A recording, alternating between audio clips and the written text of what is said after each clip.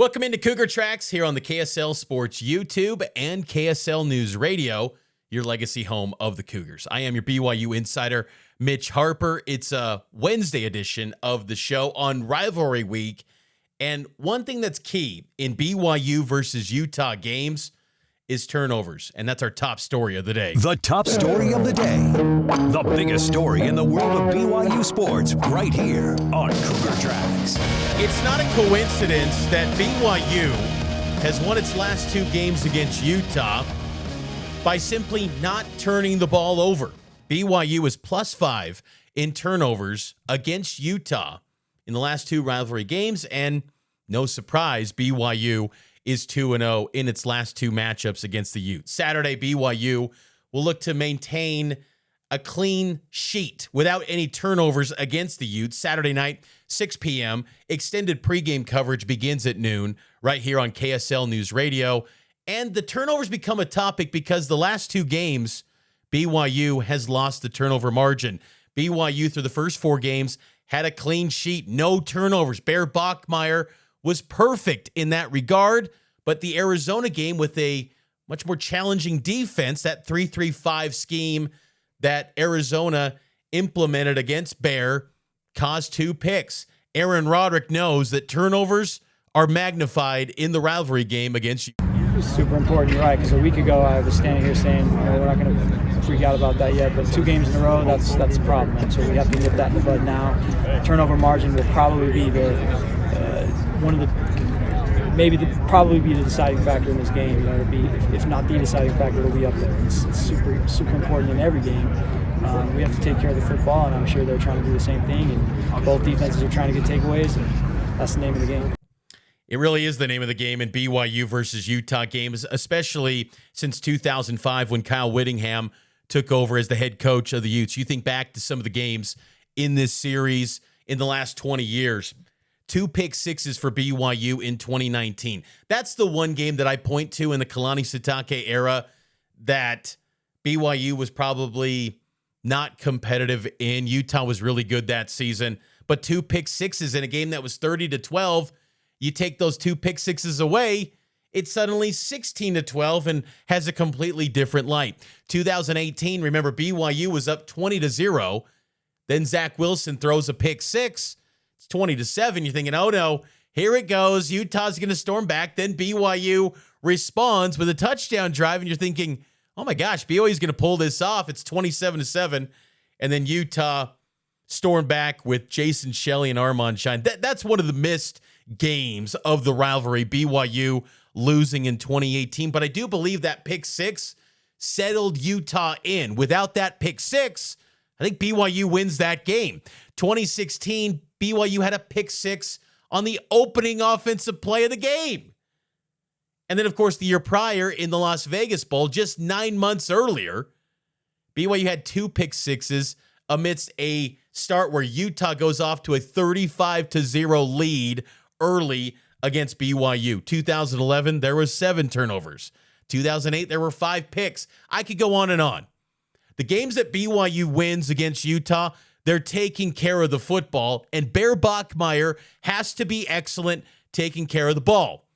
It's a zero deal, like no exceptions. You've got to take care of the football. Now, I think part of that Arizona pick, there was a high snap from Bruce Mitchell, and Bear then improvises and tries to make a play. And I can see from when you look at that all-22 replay, it did look like for a moment Carson Ryan was open in that Arizona game, but the closing speed of the Arizona defender made a great play. Still, Bears got to take care of the football. I think it's always important in every game, but in this one, the pick sixes, the scoop and scores, the fumbles, they just get amplified in this game, and they take on a greater intensity, and the emotions are definitely higher in a game like this one. And Aaron Roderick talked about how the mindset he wants Bear to have going into this rivalry game as a player who really didn't know much about this BYU-Utah rivalry as a guy that grew up in California. Well, it's not just another game, so you can't do that, but you have to, you have to play the position with poise, and you have to prepare the same way you do every week. And I think a big part of this game is controlling your emotions and just, staying within the system at quarterback. You got to stay within the system and be ready to execute against a really good defense. BYU is 29th nationally in turnover margin this season, one of the best in college football, nearing the top 25. Utah, on the other hand, is tied for 56th. They've been, at times have given up the football, but BYU has got to generate some takeaways, and BYU's defense has been really good at that. They've had, games where they're always, it seems like every week they find a way to get at least one interception, and I think that's something they got to be able to generate against Devin Dampier and force some interceptions for Dampier. Remember last year at New Mexico, Dampier had a lot of turnovers, made a lot of plays, but he didn't have the supporting cast like he does at Utah. I still think Utah's receivers are not as great, and that's been kind of a theme for Utah, really, since they've been in the Pac-12. They've never had great receivers. I honestly look at Utah's receivers. Their best ones were probably in the Urban Meyer years, Paris Warren, Steve Savoy. I think their receiver talent has just been average since they've been a power conference team. That's my personal opinion. So I think BYU can have some opportunities potentially to generate some takeaways, because if they do, that would be huge in this game because you got the home crowd on your side. This notion that Utah's going to have 60-40, I heard that on a social media clip, some clip farming. I'm like, 60-40, folks.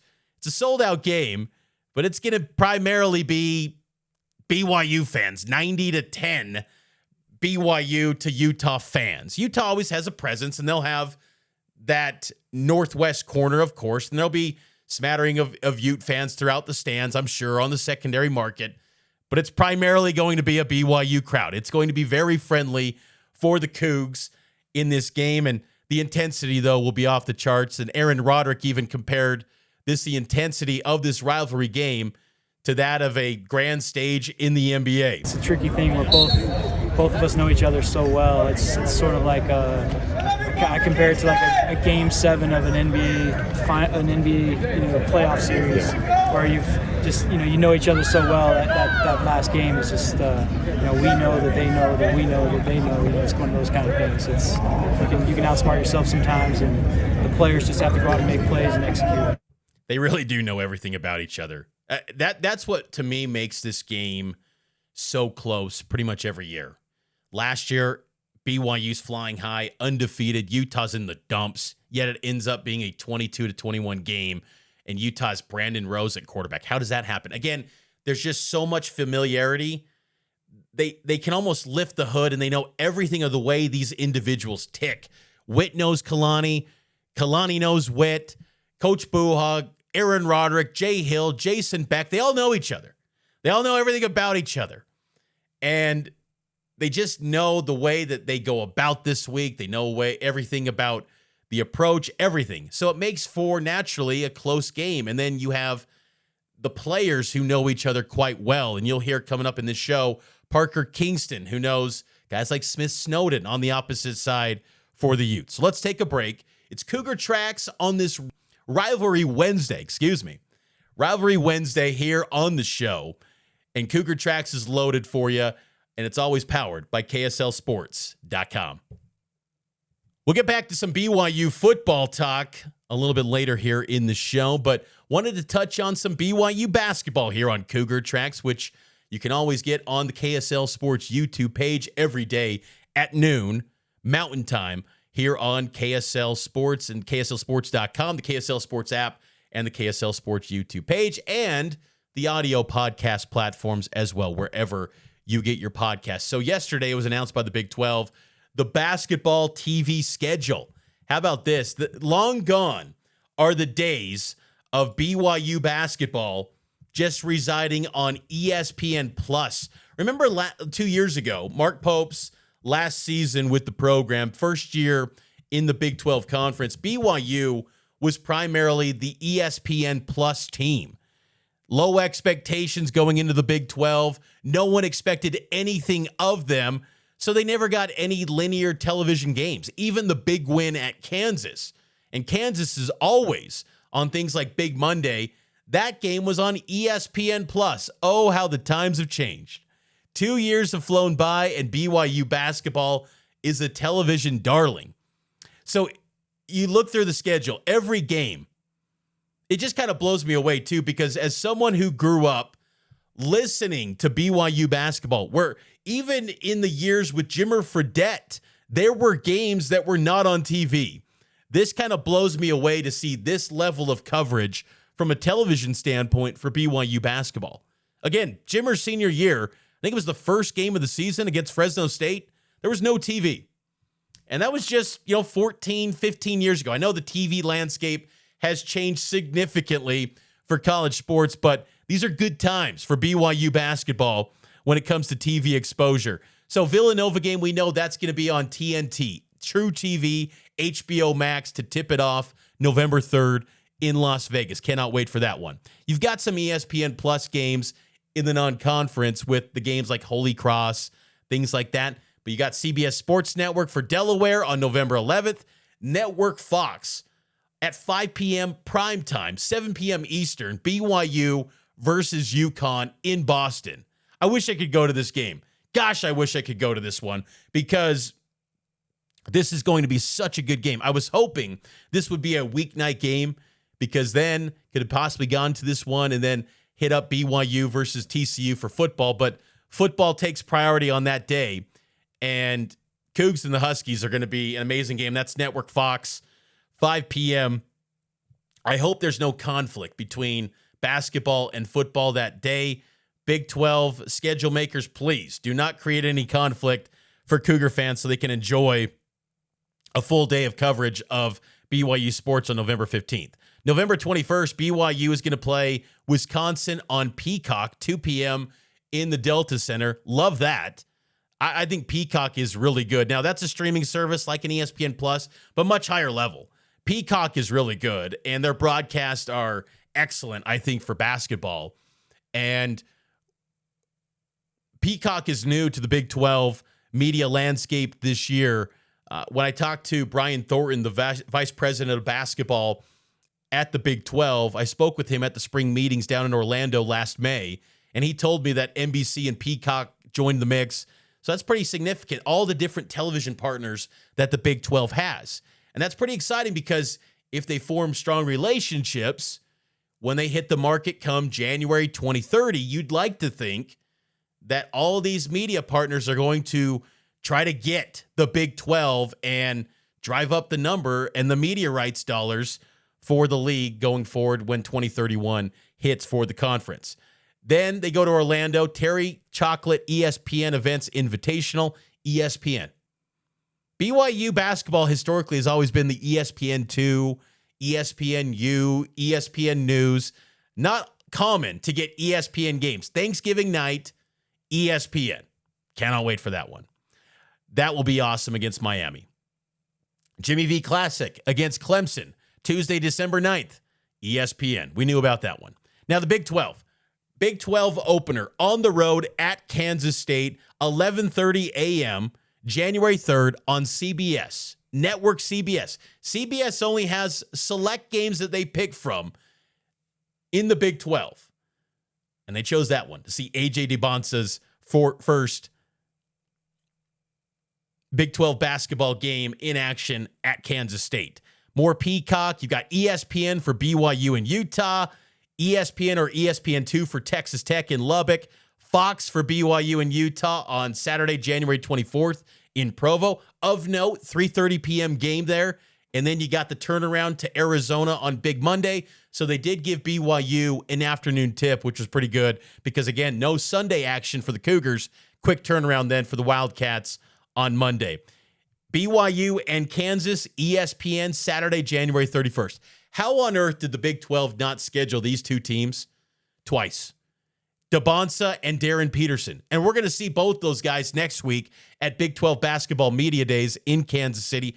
I'll be there in KC covering all the action. But how on earth did you not have BYU, Kansas twice? I know everyone wants to play Kansas twice. I get it.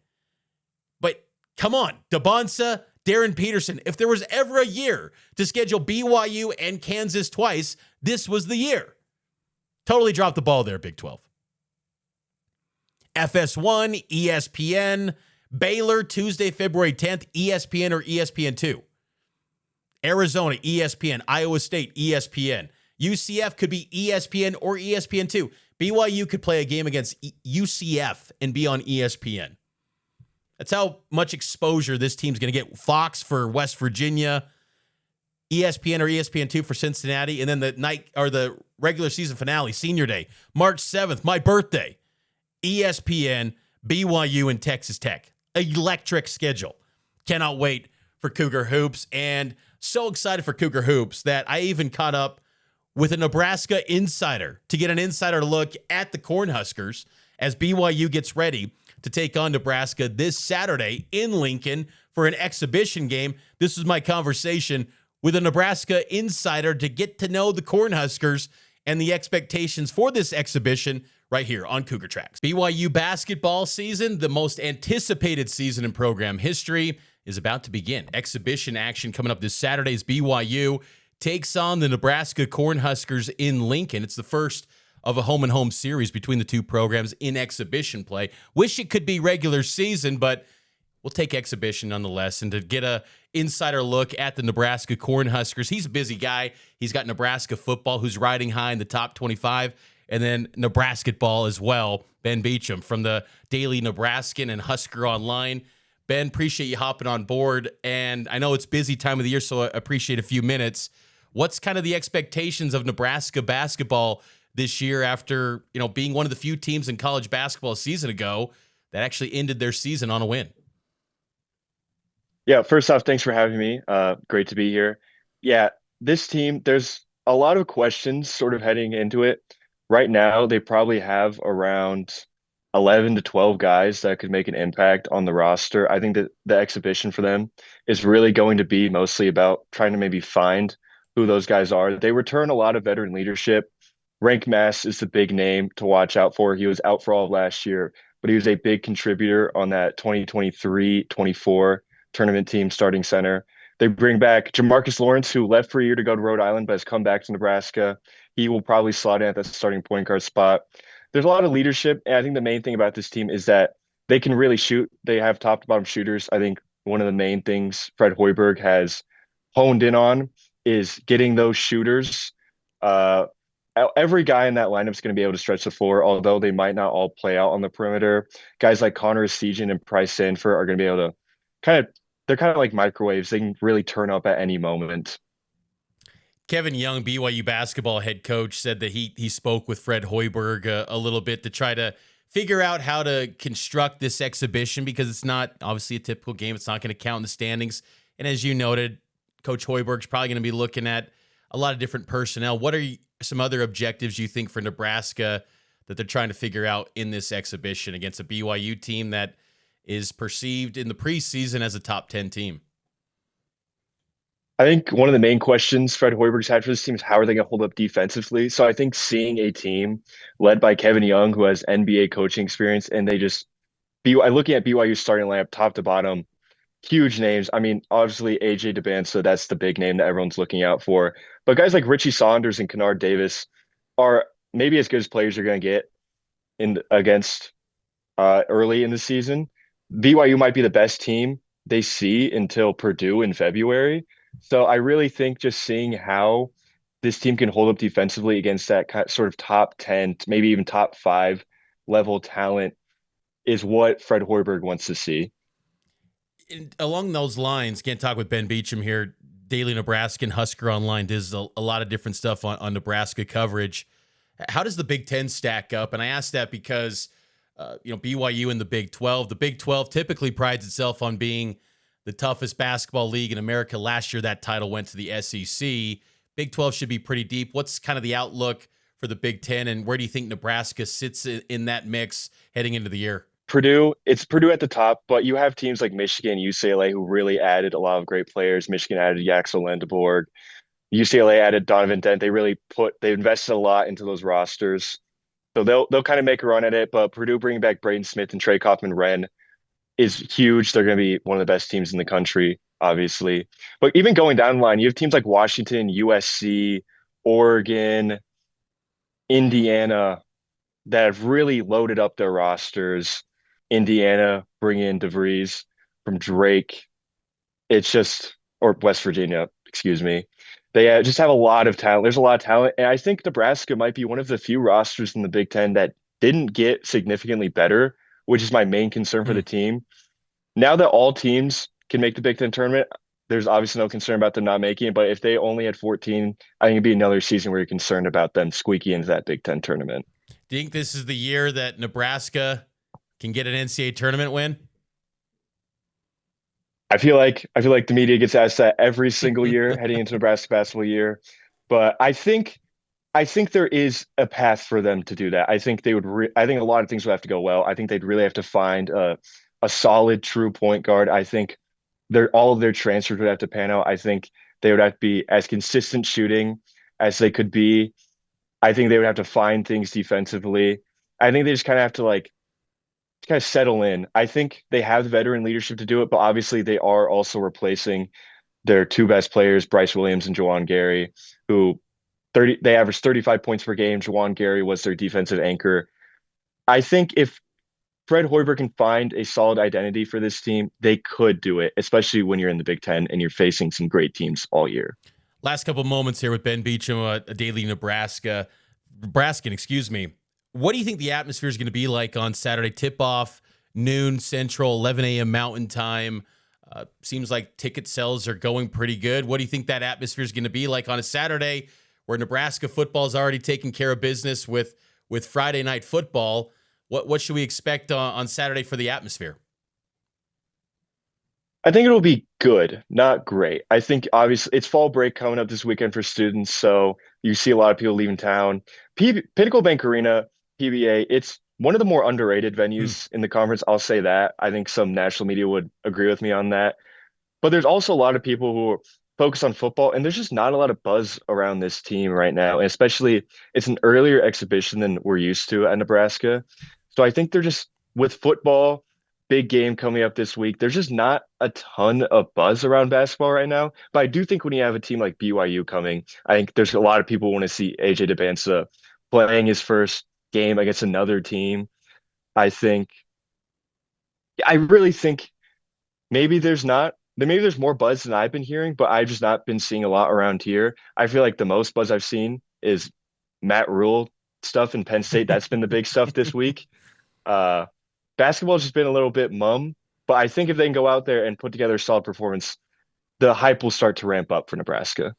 Definitely excited to see how this Nebraska team gets put together this season. I'll be definitely keeping tabs throughout the year because BYU wants to get a strong barometer going into the year for this exciting season for Cougar Hoops. Ben, appreciate the time. Best of luck going forward, and looking forward to all your coverage, football, basketball for Nebraska with the Daily Nebraskan. And thanks again for giving some insight into the Cornhuskers. Thank you. I had a great time.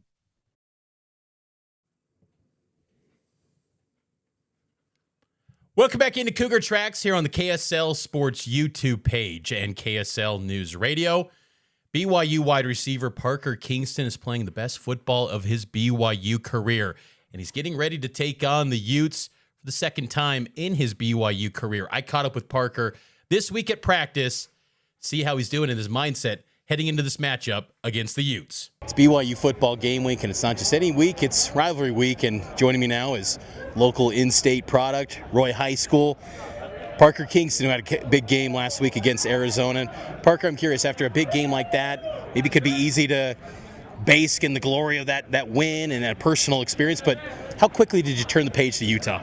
Yeah, as soon as the game was over, it's a new week, right? As soon as we get home, no one cares about what I did in Arizona. It's a new week. I got to keep grinding. I got to keep on my plays and keep getting better so I can keep stacking those games on top of each other. How was that the same attitude from the rest of the team that you've seen so far after that Arizona game? Just get after it to Utah? Yeah, that's how it is after every week. Once the game's over, we're on to the next week, and I've seen it. We came out and we're firing this week. I mean today, and it was Tuesdays are rough, especially because we had a late night Sunday, but bodies don't feel the best. But we came out and we had a good practice. What makes this team so good at being able to be process-oriented, move on, and really just focus in on whoever the opponent is that given week? Yeah, I think it's just our culture and what we do. We don't like to dwell on the past, and we like looking on the future and what we want to accomplish. And each game is a step into our future and into our accomplishments down the road. And I think we want to take it 1 week at a time. And once that game's over, we're on to the next. They love you out here, Parker. The West Virginia game, Kalani noted he felt like you were finally back at your full strength health. You agree with that sentiment, and how you feeling health-wise? Yeah, I finally felt like I was myself again, and I felt like I showed it too. And it's been great to be back to myself. And those first 2 weeks sucked, honestly. Like, I wasn't myself, I wasn't confident, and to be able to get that confidence back in those ECU and Colorado game, and then finally break out against West Virginia felt good. Do you feel like that maybe attributed on punt return, those early games, just some of the miscues early on, to maybe just that lack of confidence with the injury? Yeah, definitely. I wasn't fully confident in myself, and I was trying to run different and not just have that hammy not be part of my running motion, I guess. So I was swinging the ball a lot, but I shouldn't still make those mistakes even if I am injured, but I think that definitely played a role in it. How confident are you playing now, though? You had a big punt return, too. I think it's kind of getting overlooked in your career day in the receiving game that set up the late game in the fourth quarter. Just how good do you feel now? Yeah, I feel great. I feel like I'm proving everyone wrong, and I'm proving everybody that I can play receiver. And I'm not just a punt returner. I'm not just a special play guy. So it's been fun. I'm happy that I'm able to be back there returning punts again. Hopefully we can get one soon. That's a good point. What's kept you in an area where college football is very transactional? It can be easy to move on if you're not getting the volume of snaps that you maybe want in a game. What's kept you always I'm going to stay the course, be here at BYU, and compete? Yeah, I think it's just your hard work always pays off, and I think everything happens for a reason, right? If you stick the course, and just being able to stay here and go through all the ups and downs, I think has built me into who I am today, and has helped me become the player I am. How would you describe your chemistry with Bear right now? I say it's at an all-time high. Obviously, we didn't get those fall camp reps, and to be able to come back and just grind during practice and get those in-game reps, I think has really helped. How do you like the spot here now, Rivalry Week? Local guy. What do you remember about growing up, seeing this rivalry? If you watched it at all as a kid, what do you make of this rivalry historically? Yeah, it's always been a big game, especially as an in-state kid. You'd show up to school in elementary, and everyone's either wearing all red or all blue this week. But it's an awesome game. The nerves are unlike any other game, and but you can't treat it like that. You got to treat it like just another game. You just got to go 1-0 on the week, and I think that's what we're going to do. Were you all red or all blue as a kid? I was actually neither. So I was all Boise State blue. So I could care less about the rivalry, but it was always fun. I would always bait each other, eat them into fighting. So it was always fun. Now it's Cougar blue, though. Now it's Cougar blue. Yeah. The emotions are high in this one, as you noted. I think last year was your first experience in the rivalry, if I'm not mistaken, because I remember you committed in the 2021 season in high school. When you came away with that win as a team, what did you make of just the emotions living it last season? Yeah, it was awesome. Obviously, all the fans are going nuts. When we came back, the whole parking lot over there was filled with students. But it's awesome to put on and win for your community and for your fans, because it's crazy how much our fans hate each other, and but it was a crazy game. It was fun to get that win. We didn't play our best last year, so we're hoping to come out and play our best this year. Is it hard to tune out those fans, and whether it's classrooms or in the community, is it hard to tune out that noise that the fans do bring to this thing? Yeah, it's not hard. Honestly, I like looking at it because I think it's just funny. I enjoy looking at Twitter comments and just what people say, because it's what I enjoy doing, because it's funny to see what people say. But no, I don't think it's that hard. It's fun once everyone's rocking. It was rocking at Utah last year, and we got a better atmosphere here, so it's going to be even better. So much is made for people on the outside, maybe not with the team, that say these teams have so much crossover. We see in the coaching staffs. Do you know the players in that secondary at Utah, or players on Utah's team that you were friends with in high school or whatnot? Yeah, obviously we have a bunch of mutual friends. I'm close with Smith. I was really close with Logan when he was here. John Henry, I knew a lot. So there's a lot of guys over there that we've played against in high school, and it's going to be fun. Your thoughts on going up against Utah secondary that includes Smith? Yeah, they're good. They're talented. We played against them last year. They have one new DB that we didn't play against, but they're solid, and I'm excited to get after them. Areas of focus this week as we kind of wrap this up, just focuses this week for the offensive side getting ready for this game. Yeah, just taking care of the ball, obviously, and executing our assignments, making those blocks downfield to spring LJ for the long runs, and just doing what we do and not changing anything, just treating it like another week. And trying to unhitch the wagon. You don't have any unhitch the trailer. You don't have any issues with that. Chase maybe is. I know that you're kidding, but trying to break out a big play. How big is that? Getting those chunk yardage plays. Yeah, they're massive. I think this is like the most explosive our offense has been in a while, and we've had massive plays, and I think we're just going to keep continuing to doing that. And that's BYU wide receiver Parker Kingston. Appreciate Parker for joining me this week after practice, and that's going to do it for this edition of Cougar Tracks. I hope all of you enjoyed it. We'll be back tomorrow with some Big 12 football picks and a whole lot more as BYU versus Utah countdown continues here on Cougar Tracks, and it's powered by KSL Sports and KSL News Radio.